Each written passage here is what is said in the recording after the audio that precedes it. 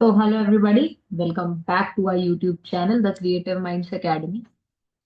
आज की जो वीडियो रहने वाली है, इससे हम लोग एक न्यू सीरीज की शुरुआत करने जा रहे हैं। ठीक है। अभी आप लोगों को पता है कि क्लास 12th के बोर्ड एग्जाम्स अप्रोच कर रहे हैं।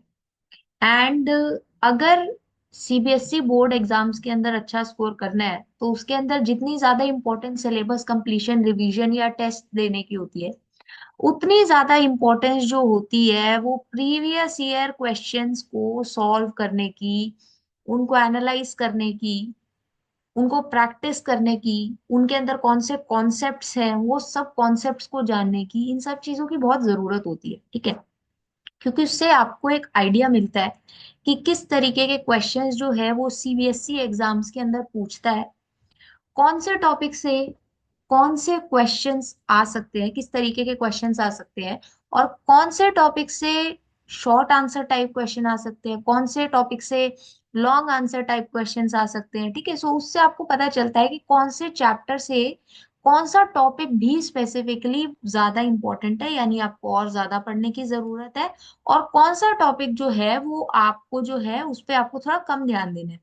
ऑल्दो वी नेवर नो कि एग्जाम के अंदर क्या पूछ ले। ठीक है। बट इससे आपको एक आइडिया लग जाता है कि किस तरीके का पेपर पूछा जा रहा है। ठीक है। तो हम क्या करेंगे बेसिकली, जो अभी 2025 बोर्ड एग्जाम्स जितने भी बच्चों के हैं, ठीक है, जो अभी क्लास 12th के अंदर है और अपने बोर्ड एग्जाम्स लिखेंगे, सो उनके लिए हम लोग ये बायोलॉजी का क्वेश्चन पेपर डिस्कशन सीरीज लेके आए हैं, जिसके अंदर हम लोग क्या करेंगे, प्रीवियस ईयर क्वेश्चन पेपर्स उठाएंगे, और हर एक वीडियो के अंदर पूरा पेपर अगर नहीं सॉल्व हो पाता है ना, तो हम लोग क्या करेंगे, सेक्शन वाइज जो है क्वेश्चंस को सॉल्व करेंगे। ठीक है। तो उससे आपको पता चलेगा कि किस तरीके से जो है पिछले सालों में क्वेश्चंस पूछे गए थे। ठीक है। सो आज की जो वीडियो रहने वाली है, इसके अंदर हम लोग लास्ट ईयर का पेपर यानी 2024 का जो पेपर आया था सीबीएसई बोर्ड के अंदर, उसको हम लोग डिस्कस करने वाले हैं। ओके। सो चलिए बिना किसी देरी के स्टार्ट कर लेते हैं। ये जो सीरीज रहेगी ना, ये आपके एग्जाम्स के लिए बहुत इंपॉर्टेंट रहने वाली है और आपके मार्क्स को बूस्ट करने में बहुत ज्यादा हेल्प करेगी। ठीक है। सो अगर आपने यूट्यूब चैनल को हमारे सब्सक्राइब नहीं किया हुआ है तो please do subscribe to our YouTube channel. आप बहुत सारी चीजें वरना मिस कर देंगे। ओके। सो चलिए स्टार्ट कर लेते हैं। सबसे पहले अगर हम लोग बात करें जनरल इंस्ट्रक्शंस की जो एग्जाम के अंदर दिए गए थे, है ना, तो हम लोग सारी बातें करते चलेंगे। क्वेश्चन पेपर के अंदर 33 क्वेश्चन है and all question are compulsory. 5 sections आपको देखने मिलेंगी, section A, B, C, D and E. Okay. Section A के अंदर 1 to 16 क्वेश्चन जो है they are multiple choice question type. ठीक है। और हर क्वेश्चन के जो मार्क्स है वो 1 मार्क ईच है। ओके। आई थिंक इसके ऊपर रेड ज्यादा ठीक रहेगा। ओके। चलो, या ब्लैक ही कर लेते हैं। ठीक है। ओके। सेक्शन बी के अंदर जो है क्वेश्चन नंबर 17 to 21 जो रहेंगे वो जो है वेरी शॉर्ट आंसर टाइप रहेंगे और 2 मार्क्स ईच। सेक्शन सी जो रहेगा 22 to 28 क्वेश्चन जो रहेंगे वो शॉर्ट आंसर टाइप, यानी कि 3 मार्क्स का आपका एक क्वेश्चन होगा। सेक्शन डी के अंदर आपको जो है 4 मार्क्स का एक क्वेश्चन देखने को मिलेगा और उसके अंदर दो क्वेश्चन है, question number 29 and 30, and these are case based question. Each question carry 4 marks and हर क्वेश्चन के अंदर आपको सब पार्ट्स देखने को मिलेंगे, यानी कि सब पार्ट्स के अंदर भी आपको इंटरनल चॉइसेस देखने को मिलेंगे। ठीक है। सेक्शन ई जो है 31 to 33, 3 question long answer type और एक क्वेश्चन 5 मार्क्स का होगा। There is no overall choice, but section B, C and D के अंदर आपको इंटरनल चॉइस देखने को मिलेगी। ठीक है। यानी कि क्वेश्चन के अंदर ही आपको चॉइस देखने को मिलेगी। A candidate has to write for only one of the alternatives in such questions. ठीक है। अभी आपको अटेम्प्ट तो 33 के 33 क्वेश्चन ही करने हैं, बट जिस क्वेश्चन के अंदर आपको इंटरनल चॉइस दी हुई है, ठीक है, मान लो कि आपको जो है लेट से क्वेश्चन नंबर 29 के अंदर दिया हुआ है ना, एक क्वेश्चन इधर है और फिर और करके नेक्स्ट क्वेश्चन दिया हुआ है, तो आप दोनों में से एक क्वेश्चन को सॉल्व कर सकते हो। और मान लो कि जो पहला ऑप्शन में दिया हुआ है उसके दो पार्ट्स हैं, लेट से ए और बी, तो आपको ए और बी उसका पूरा सॉल्व करना पड़ेगा। आप ऐसे नहीं कर सकते हैं कि आप एक पार्ट इसका सॉल्व कर दे और एक पार्ट और वाले का सॉल्व कर दे। ठीक है। ऐसे नहीं होगा। जो पार्ट आपने पहले अटेम्प्ट कर दिया आपको वही पार्ट उस क्वेश्चन का पूरा सॉल्व करना पड़ेगा, वही वाला चॉइस पूरा सॉल्व करना पड़ेगा। अदरवाइज जो आपने पहले सॉल्व करा है उसका उतने ही पार्ट का आपको मार्क्स मिलेंगे जितना आपने उसमें सॉल्व करा है। ठीक है, तो ये हुई बात बेसिकली इंस्ट्रक्शंस की। एंड ऑब्वियसली क्योंकि बायोलॉजी का एग्जाम है तो डायग्राम्स की इंपॉर्टेंस है ही। ठीक है, now if we talk about the section A के अंदर 1 to 16 जो क्वेश्चन है they are MCQ type carrying 1 marks each, यानी कि जो सेक्शन ए है इट इज ऑफ 16 मार्क्स। ठीक है, सेक्शन ए जो रहेगा वो 16 मार्क्स का रहेगा। अब एक एक करके हम लोग इसके क्वेश्चंस को देखेंगे, उनको सॉल्व करने की कोशिश करेंगे। ठीक है, जो एमसीक्यूज है वो हम साथ साथ सॉल्व करेंगे, और जो लॉन्ग क्वेश्चंस या जो आपके थ्योरी वाले क्वेश्चंस है उनके आंसर जो है वो मैंने सीबीएसई का जो मार्किंग स्कीम है, ठीक है, जो सीबीएसई का मार्किंग स्कीम आता है उसके अंदर जो आंसर्स होते हैं वो मैं साथ में अटैच कर दूंगी आपके रेफरेंस के लिए, ताकि आपको पता चलता रहे कि कितना पार्ट आपको सॉल्व करना है, कितना आपको लिखना है। ठीक है, ऐसा नहीं है कि कई बच्चे क्या करते हैं, मान लो 5 मार्क्स का क्वेश्चन है, अब उसके अंदर आपको एक पर्टिकुलर चीज आपसे अगर पूछी है तो आप उतना ही जवाब दोगे ना। अब कई बच्चे क्या करते हैं, 5 मार्क्स का क्वेश्चन है तो शीट्स भरने लग जाते हैं। ठीक है, ऐसे नहीं करना। सीबीएसई पॉइंट मार्किंग करता है। ठीक है, अगर आपने वो चीजें लिखी हैं जो सीबीएसई की मार्किंग स्कीम में ऑलरेडी मेंशन्ड है तो आपको मार्क्स मिलेंगे। अगर आपने शीट्स भरी है बट जो उस क्वेश्चन का आंसर होना चाहिए या जो उसके लिए इंपॉर्टेंट है वो आपने नहीं लिखा तो आपको मार्क्स नहीं मिलेंगे। Keep that point in your mind. Okay, तो चलो अभी हम लोग एक एक करके हर क्वेश्चन का आंसर देंगे। Okay, so the first question is the type of bond represented by the dotted line in a schematic polynucleotide chain is. अब ये आपको जो है पॉलीन्यूक्लियोटाइड चेन दी हुई है जिसके अंदर यहाँ पर ये जो डॉटेड लाइन से बॉन्ड दिखाए हुए हैं आपको बताना है ये कौन सा बॉन्ड है। ठीक है, सो दिस इज बेसिकली ये कौन से टाइप का बॉन्ड है आप लोग बताइए। ये जो बॉन्ड है ना, ये वाला जो बॉन्ड है basically this bond is an glycosidic linkage. ठीक है, this is basically an glycosidic linkage जो है आपको यहाँ पर देखने को मिलेगी। ठीक है, कौन सी linkage, N glycosidic linkage. Next जो क्वेश्चन है, select the option that has correct sequence of event of human female reproductive cycle. ठीक है, अब यहाँ पे आपको 5 स्टेप्स दिए हुए हैं। ठीक है, आपको बताना है करेक्ट सीक्वेंस क्या होगी, यानी कि किस सीक्वेंस के अंदर ये जो स्टेप्स हैं ये अकर करते हैं। ठीक है, ये आपको बताना है। सो पहले क्या दिया हुआ है, secretion of FSH follicle stimulating hormone, ovulation, growth of corpus luteum, growth of follicle and oogenesis, sudden increase in LH, यानी कि ये क्या होता है basically this is LH surge, है ना। तो आपको बताना है ये किस स्टेप के अंदर, ठीक है, किस स्टेप के अंदर जो है ये बेसिकली अकर करते हैं, या किस सीक्वेंस के अंदर ये जो सारे स्टेप्स हैं ये अकर करते हैं, ये आपको बताना है। ठीक है, अब सबसे पहले क्या होगा, secretion of follicle stimulating hormone होगा। ठीक है, सबसे पहले secretion of follicle stimulating hormone होगा।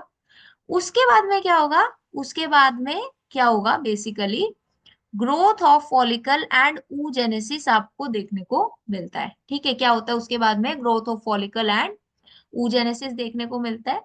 Then what happens is there is LH surge, यानी कि sudden increase in LH. Okay, उसके बाद में क्या होगा, ओव्यूलेशन, एंड उसके बाद में ग्रोथ ऑफ कॉर्पस ल्यूटियम, यानी कि first, fourth, fifth, second and third, यानी कि जो करेक्ट आंसर होगा that will be option number B. Okay, that will be option number B. बहुत ही सिंपल क्वेश्चन था, अगर आपको सीक्वेंस याद है तो आप बहुत आराम से इसका आंसर कर देंगे। Now lactobacillus that sets milk into curd is categorised as. ठीक है, तो इसको बेसिकली किसके अंदर कैटेगराइज करते हैं, इसको कैटेगराइज करते हैं हेट्रोट्रॉफिक बैक्टीरिया के अंदर। ठीक है, माइक्रोब्स इन ह्यूमन वेलफेयर से ये क्वेश्चन है। ठीक है, ये किससे था, ये ह्यूमन रिप्रोडक्शन से था। ठीक है, this question was from human reproduction. ठीक है, और ये जो क्वेश्चन है this is from microbes in human welfare. ठीक है, एग्जैक्ट लाइन के अंदर से उठाए हुए एनसीईआरटी की। तो जो लैक्टोबैसिलस होता है which sets milk into curd is categorised as heterotrophic bacteria, यानी कि इसका जो आंसर होगा that will be option number D. Now if we talk about question number 4, the specific Bt toxin genes which protect the cotton ball against the cotton bollworm are। ठीक है, यानी कि आपको बताना है वो स्पेसिफिक बीटी टॉक्सिन जीन्स जो cotton plants को, ओके जस्ट अ मिनट,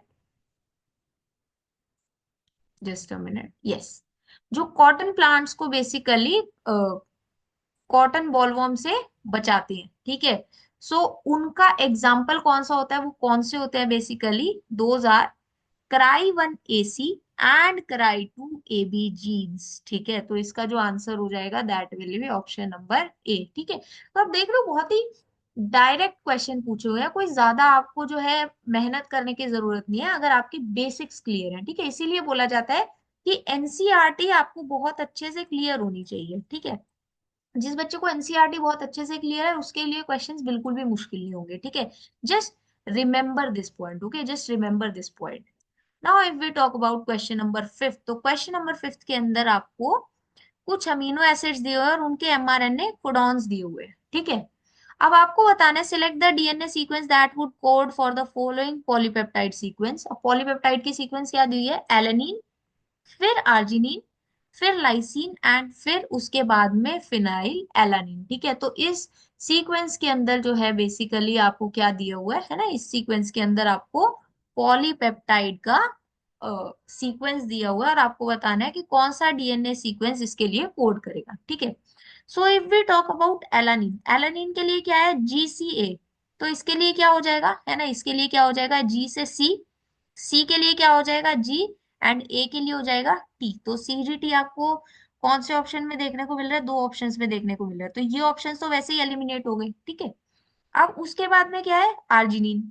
अब आर्जिनिन के लिए क्या दिया हुआ है, सीजीए, सीजीए दिया हुआ है, तो सी के लिए क्या हो जाएगा, जी, ओके, जी के लिए क्या हो जाएगा, सी, और ए के लिए क्या हो जाएगा, ए के लिए हो जाएगा टी, यानी कि जीसीटी। अब जीसीटी दोनों के अंदर दिया हुआ है, ओके।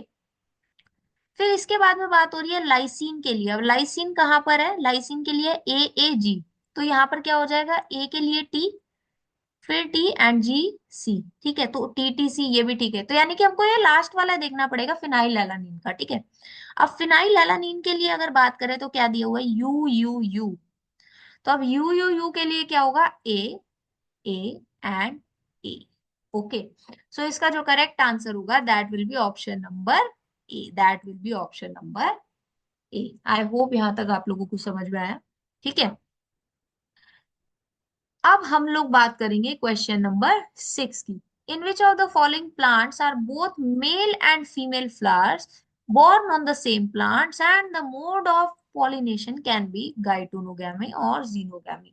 यानी कि आपको क्या दिया हुआ है बेसिकली, कुछ प्लांट्स दिए हुए हैं, ठीक है। यहाँ पर आपको क्या दिया हुआ है, बेसिकली कुछ प्लांट्स दिए हुए हैं और उन प्लांट्स के अंदर आपको बताना है कि कौन से प्लांट के अंदर, उनमें से कौन से प्लांट के अंदर मेल और फीमेल फ्लावर दोनों सेम प्लांट के ऊपर बॉर्न होते हैं, ठीक है।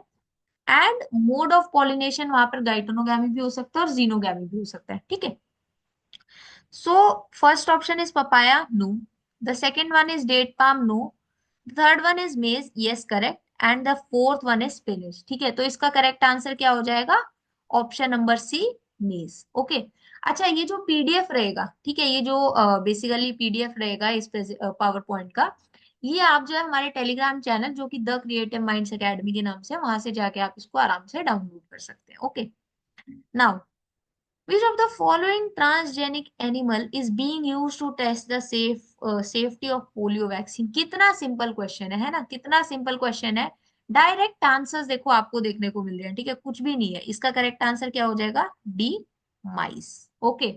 Now in which of the following conditions or diseases is there a substantial increase in the activity of mast cells observed in the human body? ठीक है, यानी कि आपको बताना है कि इनमें से कौन सी कंडीशन या डिक्री डिजीज के अंदर बेसिकली क्या होता है, मास सेल की एक्टिविटी के अंदर एक सडन इंक्रीज जो है वो देखने को मिलता है, ठीक है। So the first one is typhoid, नहीं टाइफाइड के अंदर नहीं, एलर्जी, एस्कैरियासिस और एड्स, ठीक है। तो इसका आंसर होगा allergy, option number D, okay. Now we are moving towards question number 9। The periodic abstinence by a couple for family planning should be from day 5th to 10th of menstrual cycle, day 13th to 15th of menstrual cycle, no. Day 10 to 17 of menstrual cycle, yes, this is correct. Day 16 to 20 of menstrual cycle, no. So the correct option will be option number C. Okay, तो आप देख रहे हो कितने basic basic और straight question जो है वो पूछे गए थे, ठीक है। यानी कि अगर आपने एनसीईआरटी बहुत अच्छे से की हुई है और अगर आप एमसीक्यूज ही सारे कर लेते हैं तो आपके ये 16 मार्क्स तो कोई भी नहीं रोक सकता है, ठीक है। ऑल्दो अभी हमने नौ ही क्वेश्चंस किए हैं और हम करेंगे, बट जब जितने भी क्वेश्चंस अभी तक हम लोगों ने किए हैं तो बहुत ही स्ट्रेट फॉरवर्ड क्वेश्चंस आपसे पूछे हुए हैं एग्जाम के अंदर, ठीक है। Now if we talk about question number 10, so ये बोला गया है select the incorrect match from the following.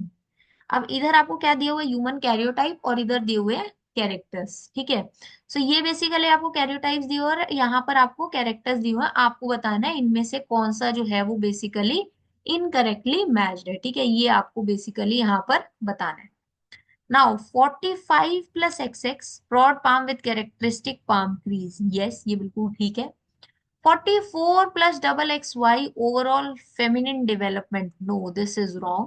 44 plus XO sterile females as ovaries are rudimentary. Yes, this is correct.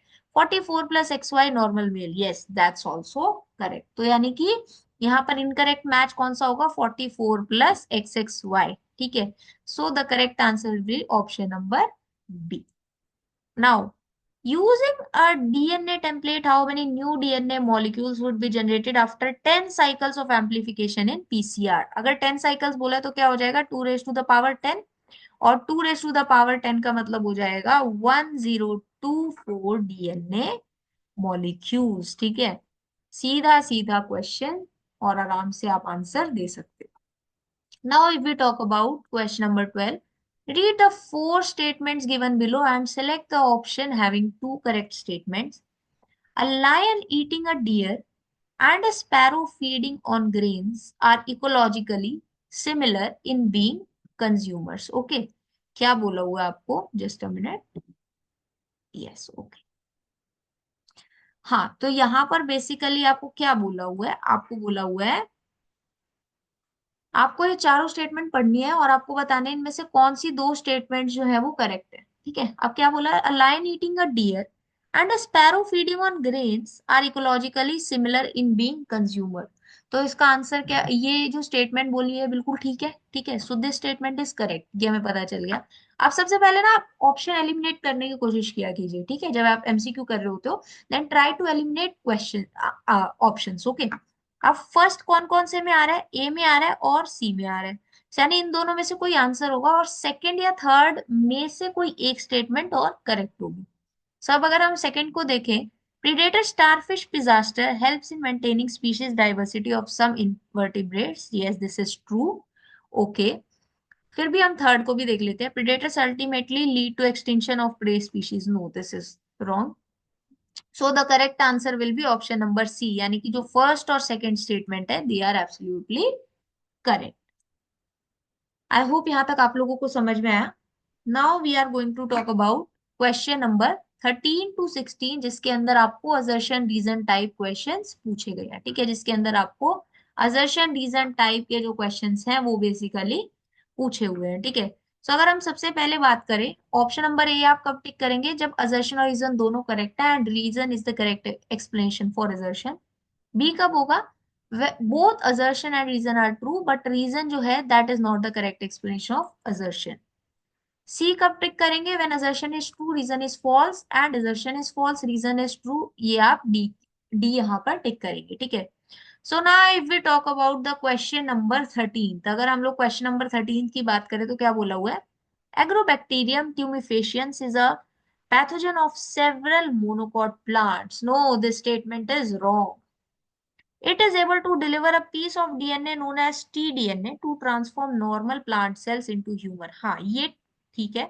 So, यानी कि इस केस में क्या हो गया, रीजन करेक्ट है, असर्शन रॉन्ग है। तो यहाँ पर जो करेक्ट आंसर होगा that will be option number d, यानी assertion is false and the reason is true, okay the reason is true. Now if we talk about question number 14, the laws of our country permit legal adoption and it is as yet one of the best method for childless couple looking for parenthood, so this statement is correct। Emotional, religious, and social factors are no deterrents to the legal adoption of orphaned and destitute children. No, this statement is wrong. ठीक है, क्योंकि जब भी adoption की बात आती है तो वहां पर जो है इस तरीके के बिलीफ्स बीच में आते ही आते हैं. ओके, सो यहाँ पर क्या हो गया, असर्शन करेक्ट है, रीजन फॉल्स है, यानी कि correct answer will be option number C. Okay, correct answer will be option number C. Now if we talk about question number 15.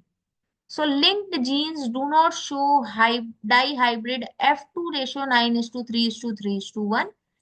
So this is a correct statement. Linked genes do not undergo independent assortment. This is also true. तो इसका जो correct answer होगा that will be option number A. Now if we talk about question number 16, अगर हम लोग question number 16 की बात करें तो question number 16 में क्या बोला है, functional ADA cDNA genes must be inserted in the lymphocytes at the early embryonic stage in gene therapy for ADA deficiency. Yes, this is true. Cells in the embryonic stage are immortal, differentiated and easy to manipulate. No, this is wrong. So यहाँ पर क्या है, assertion ठीक है, reason wrong है, तो correct answer will be option number C. ठीक है. So इसी के साथ में हमारा जो सेक्शन नंबर ए था, ठीक है, जो सेक्शन नंबर ए था हम लोगों ने रैप अप कर लिया. सेक्शन ए के अंदर आपने देखा कि बहुत ही स्ट्रेट फॉरवर्ड क्वेश्चंस पूछे गए थे. ठीक है, यानी अगर आप बहुत ढंग से आप एनसीईआरटी को पढ़ लेते हैं, ठीक है, सो वहां पर क्या हो जाएगा, आपके ये एमसीक्यूज के अंदर जो मार्क्स है वो आपके आराम से जो है वो आ सकते हैं. ठीक है, और इसीलिए जो है अभी हमारी यूट्यूब के चैनल के ऊपर ही जो है एनसीईआरटी डिस्कशन सीरीज पूरा चल रहा है. ठीक है, जिसके अंदर आप जो है चैप्टर वाइज आपको जो है ना एनसीईआरटी में डिटेल में एक्सप्लेन करने लग रही हूँ. जो चैप्टर्स अभी बचे हुए हैं उनके भी एक्सप्लेनेशन धीरे धीरे करके आने लग रही हैं. सो आप लोग अगर उन वीडियोस को देखते हैं तो आपके एनसीईआरटी के जो कॉन्सेप्ट्स है वो सारे पॉलिश हो जाएंगे. ठीक है, सारे कवर हो जाएंगे और आपको कोई भी दिक्कत फेस नहीं करनी पड़ेगी. ठीक है, सो आई होप यहाँ तक आप लोगों को समझ में आया. सेक्शन ए हमने रैप अप कर लिया. Now we are moving towards section number B. Okay, now we are moving towards section number B. So अगर हम लोग बात करें सेक्शन नंबर बी की, just a minute. Okay, so ये हुई बात. अभी हम लोग जो बात करने वाले हैं, हम लोग बात करने वाले हैं सेक्शन नंबर बी की. सो सेक्शन नंबर बी के अंदर क्या है, सबसे पहला जो क्वेश्चन है, अच्छा मैंने ना क्वेश्चन के साथ में आंसर्स अटैच किए हुए हैं ताकि आपको पता चले कि कितना आंसर जो है वो मार्किंग स्कीम. ठीक है, ये जो आंसर्स हैं these are according to the marking scheme. ठीक है, सो आपको पता चल जाएगा कि क्या पॉइंट्स आपको लिखने हैं अगर इस तरीके का ये ऐसा क्वेश्चन जो है वो आपसे पूछता है सीबीएसई बोर्ड एग्जाम्स के अंदर. Okay, do you think apomixis can be compare to sexual reproduction? Justify your answers, state the benefits of apomixis to the farmers. ठीक है, अब ये जो क्वेश्चन है इसके अंदर, अच्छा सेक्शन बी के अंदर one question is of 2 marks each. ठीक है, अब क्या पूछा गया, क्या आपको लगता है कि जो एपोमिक्सिस है उसको हम सेक्स ए सेक्सुअल रिप्रोडक्शन से कंपेयर कर सकते हैं? पहले ये पूछा. जस्टिफाई योर आंसर, आपको इस आंसर को जस्टिफाई करना है, यस या no. You have to justify, you have to give explanation and state the benefits of apomixis to farmers. यानी एपोमिक्सिस जो है वो किस तरीके से जो है फार्मर्स को बेनिफिट करता है, आपको वो बताना है. ठीक है, अगर अब हम लोग बात करें सबसे पहले, do you think apomixis can be compare to sexual asexual reproduction, then the answer is yes. अब जैसे ही आपने यस लिखा आपको यहाँ पर हाफ मार्क्स मिल जाएगा. ठीक है, ये जो मार्क्स मिले हुए हैं ना ये मैं आपको अकॉर्डिंग टू मार्किंग स्कीम बता रही हूँ. ठीक है, आपने यस लिखा, आपको हाफ मार्क्स यहीं पे मिल गया. जस्टिफाई योर आंसर, अब आपको इसको जस्टिफाई करना है. तो जस्टिफिकेशन क्या होगी कि apomixis is asexual reproduction as there is no formation of gametes and fertilisation. जो एपोमिक्सिस का प्रोसेस होता है उसके अंदर कोई भी गैमेट फॉर्मेशन देखने को नहीं मिलता और कोई फर्टिलाइजेशन नहीं होती. That means it can be considered as a type of asexual reproduction और it can be compared with asexual reproduction. ठीक है, अब जैसे ही आपने इतना लिखा तो आपको हाफ मार्क्स यहाँ मिल जाएगा, यानी 1 मार्क्स तो आपको यही मिल गया. अब बचे हुए 1 मार्क्स में बेसिकली आपको एपोमिक्सिस के बेनिफिट बताने हैं जो फार्मर्स को होते हैं. ठीक है, in apomictic seeds there will be no segregation of characters. Okay, there will be no segregation of characters in hybrid progeny. Farmers can keep using apomictic seeds after year. Okay, or there is no need to buy hybrid seeds every year as production of hybrid seeds are very costly. अब क्या होगा, apomictic seeds के अंदर क्या होता है, there is no segregation of characters, ठीक है। यानी कि जो हाइब्रिड प्रोजेनी होगी उसके अंदर कोई भी सेग्रीगेशन ऑफ कैरेक्टर्स देखने को नहीं मिलता, ठीक है। और उसी की वजह से क्या होगा, ये जो फार्मर्स है, ये इन एपोमिक्सिस एपोमिक्सिक एपोमेक्टिक सीड्स को जो है basically year after year use कर सकता है, और उनको बार बार जो है हाइब्रिड सीड्स को परचेज करने की जरूरत नहीं है, ठीक है। क्यों? क्योंकि अगर फार्मर जो है, ठीक है, अगर एक नॉर्मल फार्मर है, ठीक है, अगर वो हाइब्रिड सीड्स को ईयर आफ्टर ईयर उनको परचेज करना पड़ रहा है तो बहुत कॉस्टली होता है, ठीक है। सो एपोमेक्टिक सीड्स की हेल्प से वो क्या कर सकते हैं, बेसिकली इस चीज को जो है वो प्रिवेंट कर सकते हैं, यानी वहां पर जो है it is also cost effective, ठीक है। तो यानी कि एपोमेक्सिस का जो प्रोसेस है वो फार्मर्स के लिए काफी हेल्पफुल प्रूव होता है। अब इतना आपने जैसे ही लिख दिया, आपको एक मार्क्स यहाँ पर मिल जाएगा, ठीक है। कोई आपको यहाँ पर जो है बड़ी सी कहानी लिखने की जरूरत नहीं है, अगर आप इतना लिखते हैं तो यू विल गेट मार्क्स, ठीक है। ओके, आई होप ये क्वेश्चन आपको समझ में आया। Now we are going to talk about question number 18, ठीक है। अब हम लोग बात करेंगे क्वेश्चन नंबर 18 की। जस्ट अ मिनट, इसको थोड़ा सा हम लोग ढंग से लगा देते हैं। Yes, now okay, so this is, ठीक है। अभी आपसे क्या पूछा हुआ है, a farmer while working on his farm was bitten by a poisonous snake. He was rushed to a nearby healthcare center where the doctor gave him an injection to save his life. What did the doctor inject and why? यानी कि आपको बोला कि एक किसान जो है वो खेत में जब काम कर रहा था तो उनको एक जहरीले सांप ने काट लिया, ठीक है। और उनको क्या किया गया, अब मान लो कि किसी को सांप ने काट लिया तो वहां पर देखते थोड़ी ना रहेंगे उस इंसान को, ऑब्वियसली आप डॉक्टर के पास में लेके जाएंगे ना। तो अब क्या किया गया, जब उनको डॉक्टर के पास में लेके जाया गया तो डॉक्टर ने क्या किया, एक इंजेक्शन उनको दिया। तो आपसे पूछा गया कि डॉक्टर ने कौन सा इंजेक्शन दिया और क्यों दिया।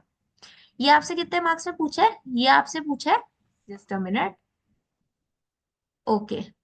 सो ये आपसे पूछा हुआ है यहाँ पर, ठीक है। कितने मार्क्स में, 1.5 मार्क्स में। Name the kind of immunity provided by this injection, और ये आपको हाफ मार्क्स में। अब या तो आपको ये अटेम्प्ट करना है, या फिर और के अंदर आपसे पूछा हुआ है why do organic farmers not recommend complete eradication of insect pest, explain giving reason. ये आपको पूरे 2 मार्क्स में अटेम्प्ट करना है। अच्छा, अब मैं आपको एक सजेशन देना चाहूंगी, जहां पे भी आपसे और के अंदर बोला गया हो, यानी आपको इंटरनल चॉइस दी हुई हो, सो जनरली ऐसा देखने को मिलता है कि और वाले में एक के अंदर ना आपको जो है पार्ट्स के अंदर क्वेश्चंस पूछे गए हैं। सो मान लो कि आपको उसमें से कुछ पार्ट्स के आंसर आते हैं, तो आपके कुछ मार्क्स जो है वो श्योर हो जाएंगे, इंश्योर हो जाएंगे। अब मान लो कि आपने सेकंड वाला क्वेश्चन अटेम्प्ट किया, और मान लो आपको पूरे तरीके से वो एक्सप्लेन नहीं करना आ रहा इन केस, सो वहां पर जो है ना आपको थोड़ा सा मार्क्स कम मिलने के चांस हो जाते हैं। बट अगर आप पार्ट्स वाला अटेम्प्ट करो तो आपको पार्ट्स के अंदर जब मार्क्स मिल रहे हैं तो वहां पर आपको थोड़ा सा जो है ना आपके मार्क्स ज्यादा आने के चांसेस थोड़े ज्यादा होते हैं, ठीक है। मतलब बेसिकली अगर मैं बात करूं तो आप जो है वहां पर थोड़ा सा चांसेस बढ़ जाते हैं कि आपके मार्क्स जो है वो इंश्योर हुए हैं, ठीक है। अगर आपको एक पूरे क्वेश्चन का आंसर देना पड़ रहा है, वहां पे कई बार जो है ना टीचर्स जो है वो थोड़ा सा, कुछ टीचर्स जनरली ऐसे करते हैं, बोलेंगे कि अरे नहीं इसमें हम लोग इतने मार्क्स देंगे या ऐसे करेंगे। तो कई बार टीचर्स ऐसे कर लेते हैं, बट अगर ऐसे पार्ट्स में पूछा हो तो अगर आपने उतना आंसर दिया है ना पॉइंट टू पॉइंट, अब जैसे हाफ मार्क्स का अगर आपसे क्वेश्चन पूछा गया है, तो आपसे जितना पूछा आप उतना जवाब देंगे, आपको मार्क्स मिल जाएंगे। So this is the point that I want to convey, ठीक है। बाकी जो भी आपको क्वेश्चन आता है ऑब्वियसली आप वही अटेम्प्ट करें तो वो ज्यादा बेटर रहेगा, है ना। सो चलो अभी इस क्वेश्चन का आंसर देखते हैं। सबसे पहले ये हुई बात पार्ट ए की, ठीक है। So what did the doctor inject and why, ready-made और प्री फॉर्म्ड एंटीबॉडीज और antitoxins against the snake venom were injected, okay. ये बेसिकली क्या किया, डॉक्टर ने इंजेक्ट किया, ठीक है। अब जैसे ही इतनी बात लिख दी, यहाँ पर हाफ मार्क्स आपके इंश्योर हुए। और क्यों किया डॉक्टर ने ऐसा, ताकि acute quick immune responses generated, क्योंकि इस केस के अंदर आपको एक क्विक इम्यून रिस्पॉन्स की उस पर्सन को, उस फार्मर को जरूरत है, उसकी बॉडी के अंदर, ठीक है। तो जैसे ही आपने इतना लिखा 1 मार्क्स आपको यहाँ मिल गया, ठीक है। एंड काइंड ऑफ इम्यूनिटी जो उस इंजेक्शन की वजह से मिली, so this is very simple, passive immunity का ये बेसिकली यहाँ पर केस है। ठीक है, अब ये आपने किया तो 1.5 मार्क्स आपको यहाँ मिल गया। सो दैट्स ऑल, आपके 2 मार्क्स यहाँ पे भी पक्के हो गए। ठीक है, now if you talk about the part B, अगर जिस बच्चे ने ये वाला क्वेश्चन नहीं अटेम्प्ट किया, पार्ट ए नहीं अटेम्प्ट किया और वो पार्ट बी अटेम्प्ट कर रहा है, सो पार्ट बी के अंदर क्या पूछा गया कि जो ऑर्गेनिक फार्मर्स होते हैं, why do they do not recommend complete eradication of insect paste, और आपको इनका रीजन बताना है। अब इसके अंदर organic farmers hold the view that complete eradication of pest is not only possible but also undesirable, because without them beneficial predatory and parasitic insects which depend upon them as food or host will not survive. One of the key belief of organic farmer is that biodiversity furthers health. Greater the biodiversity, it will lead to more sustainable ecosystem. ठीक है, यानी organic farmers जो होते हैं उनको लगता है कि अगर कंप्लीट इरेडिकेशन ऑफ पेस्ट कर दिया, ठीक है, ठीक है, वो पॉसिबल है, ठीक है, बट क्या होगा, इट इज अनडिजायरेबल। क्यों? क्योंकि अगर कंप्लीट इरेडिकेशन ऑफ पेस्ट हो जाता है, ठीक है, सो उस केस के अंदर कई बार क्या होता है, जो बेनिफिशियल प्रेडेटरी और पैरासिटिक इंसेक्ट्स जो होती है, ठीक है, जो उनके ऊपर डिपेंड करती है, वो सरवाइव ही नहीं कर पाएंगी। ठीक है, वो सरवाइव ही नहीं कर पाएंगी।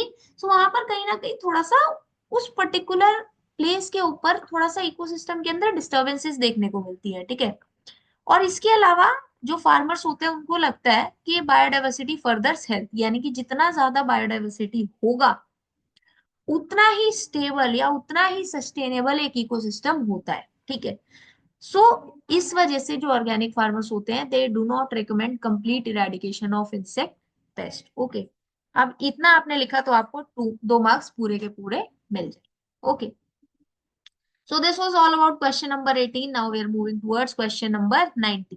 ठीक है, अभी इस क्वेश्चन नंबर 19 को हम लोग देखते हैं। Okay, observe the picture given below. Name the naturalist and write the explanation given by him that evolution of life forms had occurred on the basis of this example.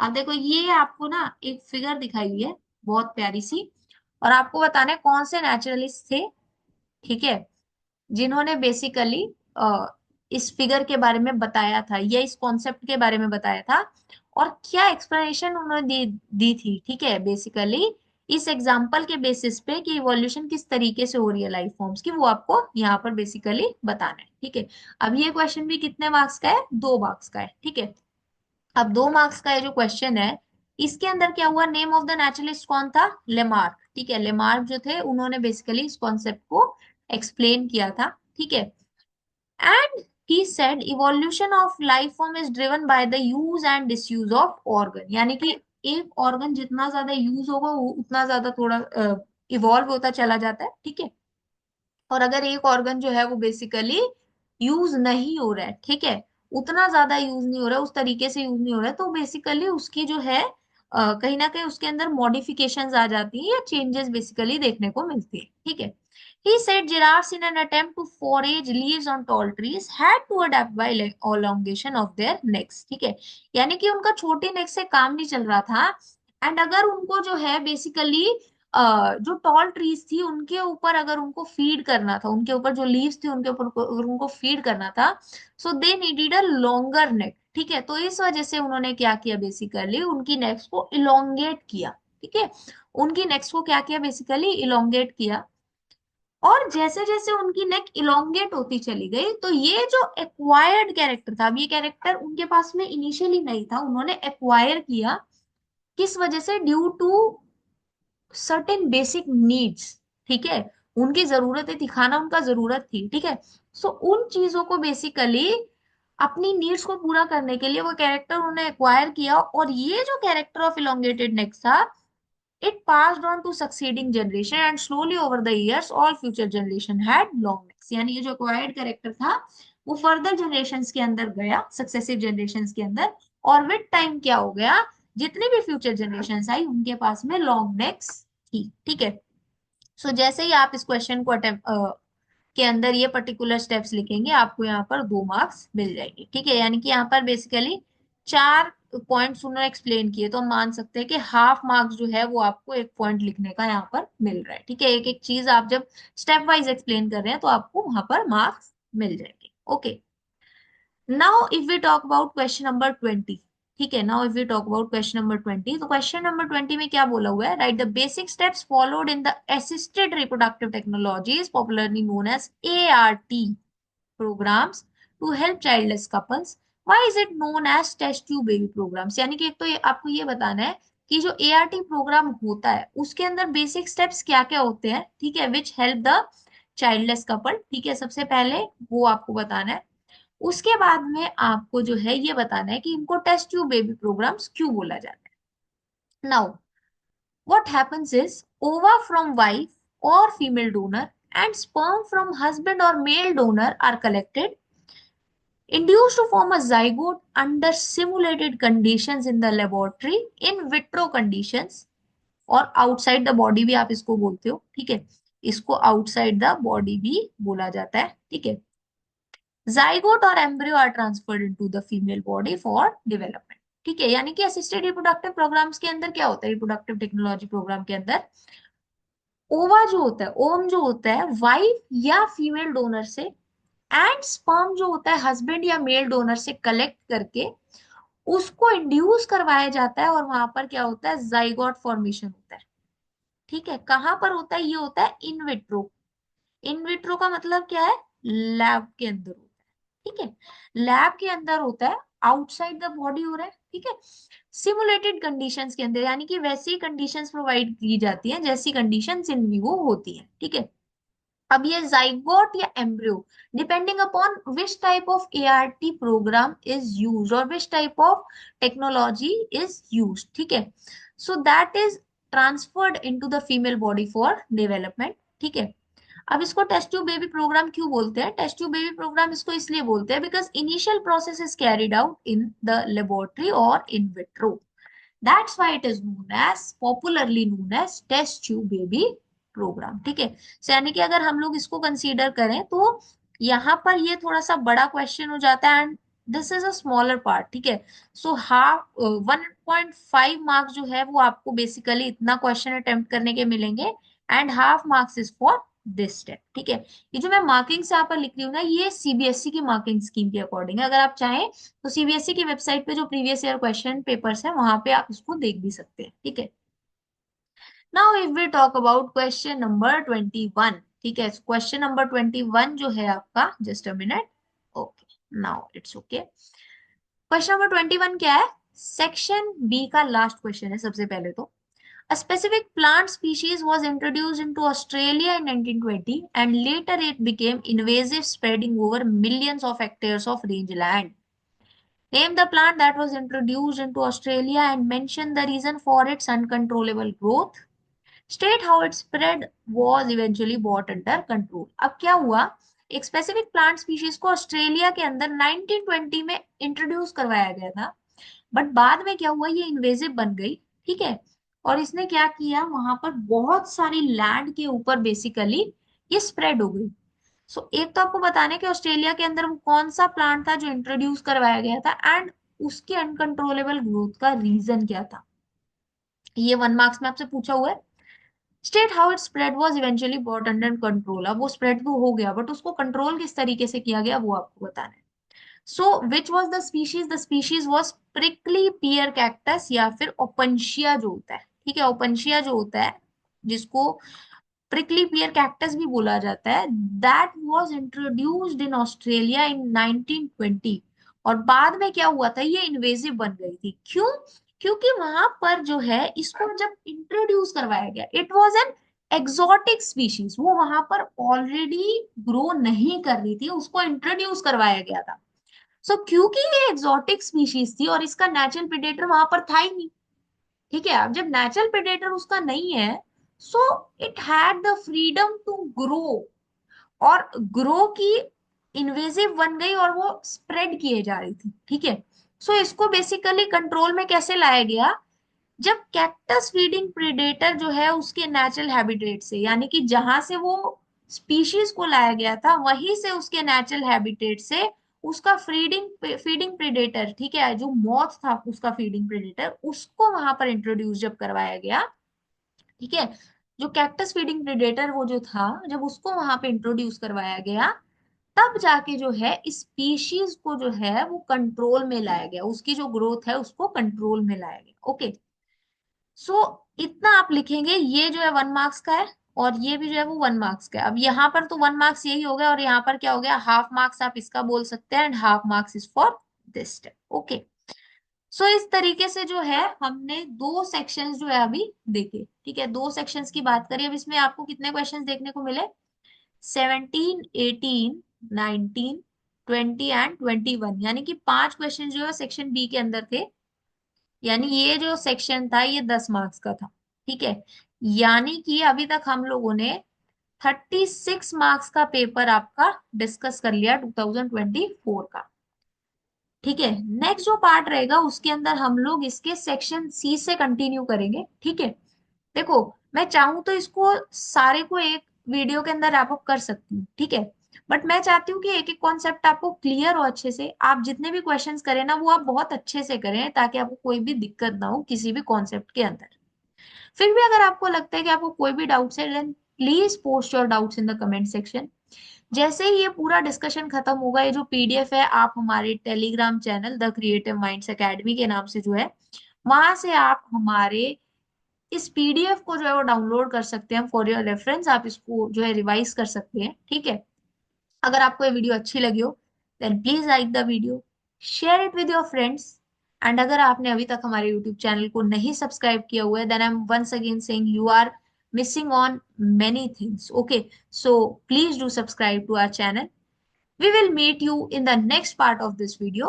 Till then, keep learning.